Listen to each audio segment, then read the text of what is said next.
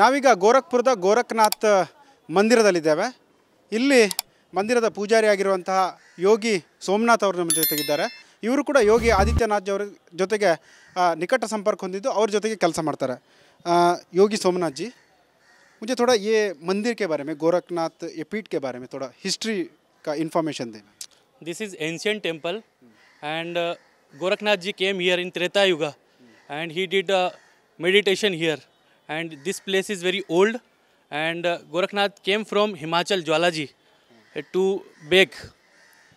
In this contest he came here and he meditated for a long time, and here this is the main temple of Nath community, which is called Nath sect, and here the temple president is Yogi Adityanath ji Maharaj himself, and now he is the Chief Minister of State of Uttar Pradesh, and he runs this temple as well as he fulfilling the duty as a CM of State of Uttar Pradesh.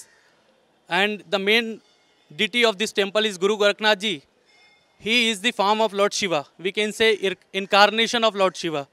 We are the followers of Nath community. If you want to identify a person, that person belongs to Nath Sampradaya, Nath community. So you can identify by him, by his earrings in his ears.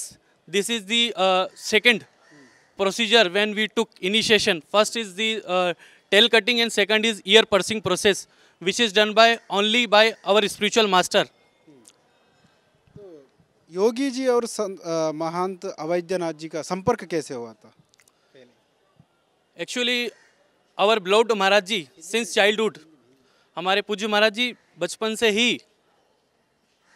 आध्यात्मिक प्रवृत्ति के और बिना किसी स्वार्थ के जन कल्याण की कामना करने वाले व्यक्ति हैं, और वो देवभूमि उत्तराखंड से उनका नाता है, जन्म स्थान है उनका.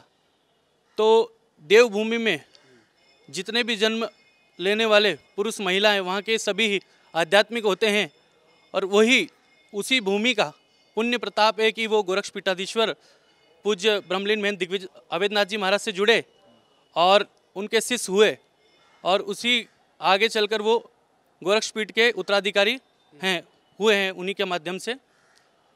जब वैसे योगी जी का अभी यहाँ का स्वामी जी है और गुरु जी भी है, अध्यक्ष भी है, तो योगी जी का सुबह कितने बजे यहाँ एक्टिविटीज़, वो धार्मिक चटवटिकी शुरू होता है? पूज्य महाराज जी सुबह लगभग 3 बजे उनका प्रातः जागरण हो जाता है.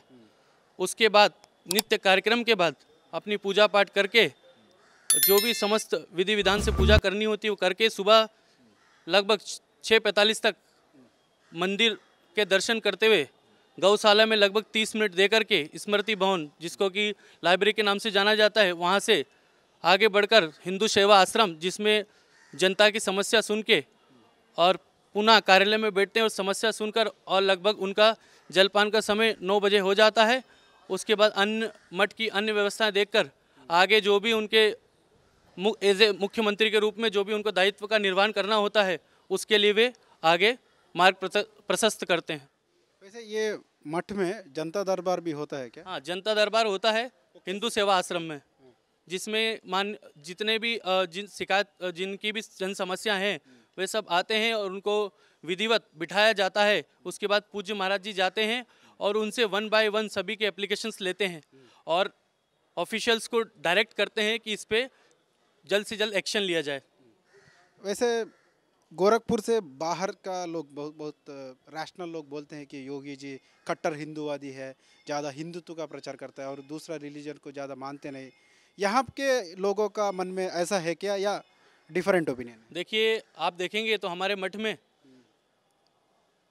कार्यालय में काम करने वाले मुस्लिम हैं, निर्माण काम करने वाले यासीन भाई और भी कई अन्य सफाई कर्मी हैं, वो मुस्लिम धर्म से आते हैं. और कई हमारे मुस्लिम भाइयों की मंदिर प्रांगण में ही 50% मुस्लिम भाइयों की दुकानें हैं, और गोरखनाथ मंदिर लगभग मुस्लिम कॉलोनियों के ही बीच में स्थित है. और इस तरह का कोई भी यहाँ पर भेदभाव नहीं है धर्म को लेकर.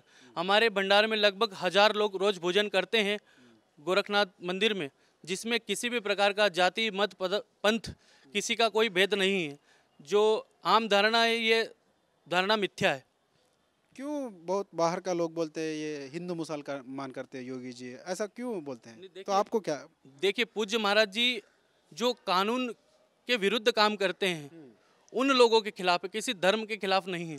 यदि आप संविधान सम्मत काम करेंगे, कानून व्यवस्था के अनुरूप काम करेंगे तो पूज्य महाराज जी आपके हमेशा सहयोग में खड़े हैं। ठीक है, बहुत बहुत धन्यवाद जी। Thanks a lot for coming here, and thanks for your viewers, and thank you that you have given me chance to speak before you. Thanks a lot, and pray for Yogi ji. Thank you. Thanks a lot. ಧನ್ಯವಾದ ಧನ್ಯವಾದ. ಇವರು ಹೇಳೋ ಪ್ರಕಾರ ಯೋಗಿ ಆದಿತ್ಯನಾಥ್ ಅವರು ಯಾವುದೇ ಧರ್ಮದ ವಿರುದ್ಧ ಯಾವುದೇ ಹೇಳಿಕೆ ನೀಡೋದಾಗಲಿ ಅಥವಾ ಧರ್ಮದ ವಿರುದ್ಧವಾದಂಥ ಒಂದು ಮನಸ್ಥಿತಿಯನ್ನು ಹೊಂದಿಲ್ಲ. ಯಾರು ಕಾನೂನಿನ ವಿರುದ್ಧವಾಗಿ ಕೆಲಸ ಮಾಡ್ತಾರೋ ಅವರ ವಿರುದ್ಧ ಯೋಗಿ ಅವರು ಸೆಟೆದು ನಿಲ್ತಾರೆ ಅನ್ನೋ ಒಂದು ಅಭಿಪ್ರಾಯವನ್ನು ನೀಡ್ತಾರೆ. ಹಾಗೆ ಗೋರಖ್ನಾಥ ಮಂದಿರದ ಸುತ್ತಮುತ್ತ 50% ಮುಸಲ್ಮಾನ ಧರ್ಮಕ್ಕೆ ಸೇರಿದಂಥ ಅಂಗಡಿ ಮುಂಗಟ್ಟುಗಳಿವೆ. ಹೀಗಾಗಿ ಎಲ್ಲ ಧರ್ಮೀಯರಿಗೂ ಕೂಡ ಯೋಗಿ ಆದಿತ್ಯನಾಥ್ ಅವರು ಆದ್ಯತೆ ನೀಡ್ತಾರೆ ಅನ್ನೋ ಒಂದು ಅಭಿಪ್ರಾಯವನ್ನು ಇವರು ನೀಡ್ತಾರೆ.